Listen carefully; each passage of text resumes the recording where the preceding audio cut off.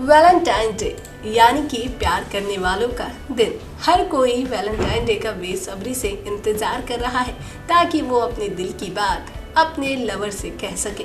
लेकिन भाई दूसरी ओर अभी 14 फ़रवरी आया भी नहीं है कि सोशल मीडिया पर हंगामा मचा है।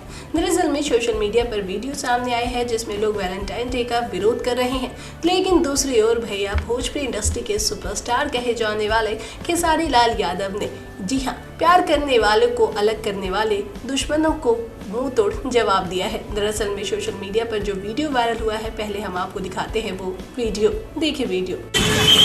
वैलेंटाइन डे मुर्दाबाद, वैलेंटाइन डे मुर्दाबाद, वंदे मातरम, जय श्री राम, जय श्री राम। बंद करो, बंद करो, बंद करो, असली का फलाना बंद करो, बंद करो, बंद करो। वैलेंटाइन डे के नाम पर वंदे मातरम, जय श्री राम, जय श्री राम, जय श्री राम। भारत माता की जय श्री राम, जय श्री राम, जय श्री राम।